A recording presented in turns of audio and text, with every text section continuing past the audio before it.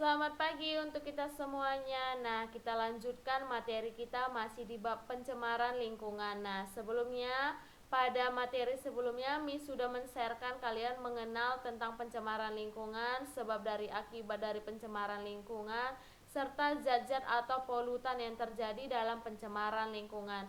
Nah, kita melanjutkan materi kita yaitu jenis-jenis dari pencemaran lingkungan, yaitu pencemaran air, tanah, serta udara. Simak video ini hingga akhir ya nak. Adapun capaian pembelajarannya, yang pertama mengenal jenis pencemaran lingkungan, lalu menjelaskan dampak serta penanggulangan atau solusi dari pencemaran lingkungan seperti pencemaran air, udara, dan tanah. Adapun jenis-jenis pencemaran lingkungan, yang pertama dikarenakan pencemaran udara, lalu pencemaran tanah, dan pencemaran air. Kita bahas satu-satu. Yang pertama, pencemaran air. Dalam kehidupan sehari-hari, makhluk hidup selalu yang membutuhkan namanya air, termasuk manusia. Kita sangat membutuhkan air bersih untuk kegiatan lain seperti mandi, minum, mencuci, memasak, dan lain sebagainya. Salah satu ciri air bersih adalah tidak tercemar. Bagaimana air dikatakan tidak tercemar? Air dikatakan tercemar apabila air itu sudah berubah baik dari segi warna, bau, maupun rasanya.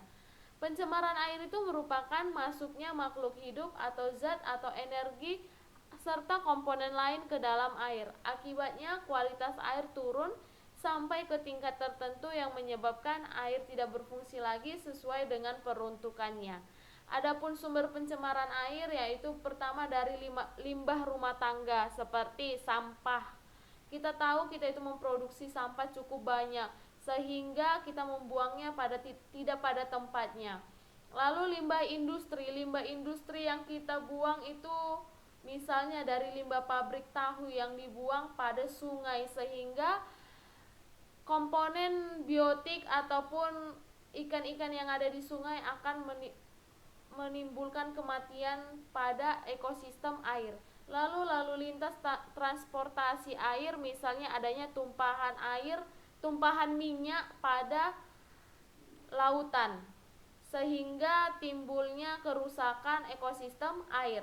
Lalu dari limbah pertanian, misalnya pestisida yang berlebihan.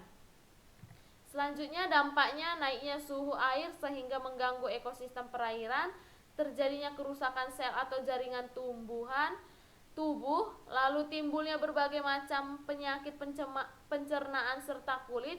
Jika kita meminum air yang tercemar, maka kita akan menjangkit penyakit misalnya diare serta penyakit kulit jika kita memandikan air yang tercemar. Terjadinya peningkatan populasi tanaman air, misalnya eceng gondok yang dapat menutupi perairan sehingga dapat menurunkan kandungan oksigen dalam air, yaitu kita tahu hewan juga membutuhkan yang namanya oksigen dalam bernafas. Jadi jika hewan dalam air mati, maka ekosistem air akan rusak. Peristiwa penutupan perairan ini disebut sebagai eutrofikasi. Selanjutnya upaya penanggulangannya yaitu untuk menghemat air atau menghemat energi, dapat membuang sampah pada tempatnya melalui hukum yang tegas dalam pembuangan sampah atau berlebihan ke dalam sungai ataupun limbah ke dalam sungai dengan sembarangan yang menimbulkan dampak bagi ekosistem air. Lalu mengurangi penggunaan deterjen, pestisida, dan pupuk anorganik yang tidak dapat diurai. Lalu alat pengolahan limbah industri sebelum dibuang ke sungai. Diharapkan para pabrik ataupun industri-industri memiliki alat pengolahan limbah agar dapat dibuang ke sungai tanpa membuat pencemaran dalam ekosistem air. Selanjutnya ada pencemaran tanah. Pencemaran tanah itu merupakan suatu keadaan di mana berbagai unsur yang memiliki sifat merusak tercampur dalam kandungan tanah. Tanah itu kita tahu merupakan komponen alam yang sangat penting untuk kelangsungan berbagai makhluk hidup di bumi seperti manusia, tumbuhan, baik pun hewan. Oleh sebab itu kita sangat penting untuk senantiasa menjaga kesuburannya sekaligus perkembangan tanah untuk masa depan kelak. Meskipun demikian, sering bertambahnya waktu, tanah telah dicemari oleh berbagai polutan yang dilakukan oleh manusia. Pencemaran tanah terjadi dikarenakan kebocoran limbah ataupun bahan industri, penggunaan pestisida, kecelakaan kendaraan pengangkut minyak, limbah dari penimbunan sampah, dan limbah dari industri. Adapun sumber dari pencemaran tanah yaitu limbah padat dan limbah cair yang dibuang secara berlebihan dan sembarangan, pestisida dan pupuk organik, serta bahan kimia lainnya. Adapun dampaknya, yang pertama bagi kesehatan akan menimbulkan penyakit kanker. Kebanyakan polutan tanah mengandung zat karsinogenik yang dapat menyebabkan kanker seperti logam berat. Nah, yang selanjutnya kerusakan organ. Hal ini juga disebabkan oleh zat polutan tanah yang berbahaya. Salah satu contohnya seperti kerusakan ginjal yang disebabkan oleh merkuri. Lalu ada bioakumulasi, itu dapat terjadi akibat manusia memakan daging atau sayuran yang terpapar polusi tanah. Karena kita harus mewaspadai hal ini karena berujung pada penyakit kronis laten atau yang tidak kita sadari. Lalu yang kedua, bagi lingkungan, hilangnya keanekaragaman hayati. Paparan polutan yang berbahaya dapat mematikan sejumlah tanaman atau hewan sehingga terjadi kelangkaan spesies. Lalu dapat menurunkan kesuburan tanah serta perubahan struktur dari tanah.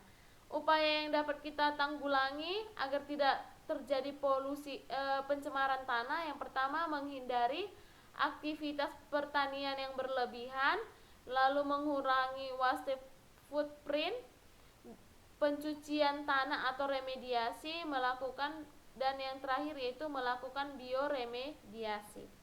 Selanjutnya ada yang namanya pencemaran udara. Nah, udara merupakan salah satu faktor abiotik atau benda tak hidup yang mempengaruhi komponen biotik, yaitu kita sebagai makhluk hidup. Kita tahu kita sebagai makhluk hidup yang sangat membutuhkan yang namanya udara untuk bernafas.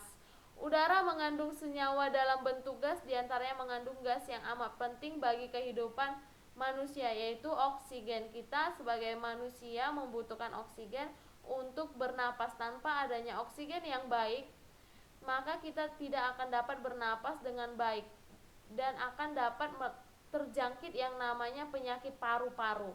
Pencemaran udara merupakan suatu kondisi di mana kualitas udara menjadi rusak dan terkontaminasi oleh zat-zat baik yang tidak berbahaya maupun yang membahayakan kesehatan manusia. Kondisi polusi udara dapat mengakibatkan kerugian bagi semua makhluk hidup di bumi, khususnya manusia. Pencemaran udara dapat menyebabkan kesulitan bernafas dan bahkan menyebabkan berbagai kerusakan pada alam secara keseluruhan. Nah, adapun sumber pencemaran udara, yang pertama karena asap kendaraan, asap industri, asap gunung berapi ini yang disebabkan oleh faktor alam yang tidak dapat dihindari oleh manusia, lalu limbah pertanian, kebakaran hutan, serta debu. Adapun dampak yang diperoleh, yang pertama bagi kesehatan, lalu ada lingkungan, terjadinya hujan asap, baru efek rumah kaca, dan penipisan lapisan ozon. Ini merupakan dampak-dampak yang terjadi akibat pencemaran udara. Lalu upaya yang dapat kita tanggulangi yaitu menggunakan bahan bakar yang ramah lingkungan agar asap yang kita hirup pada polusi udara atau kendaraan tidak berlebihan yang ada di udara. Jadi nanti kalau kita terpapar dengan asap kendaraan, itu namanya kita akan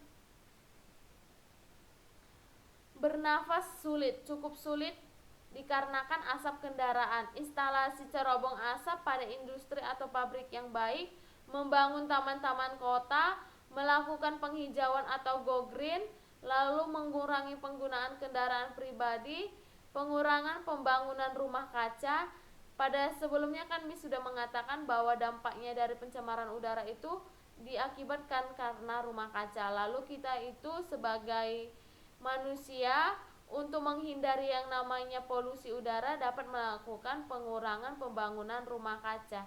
Dan yang terakhir itu menghemat energi. Oke, sekian dari materi Miss mengenai pencemaran udara, air, dan tanah. Kalian dapat mempelajari lebih lanjut pada buku LKS dan buku paket kalian. Jangan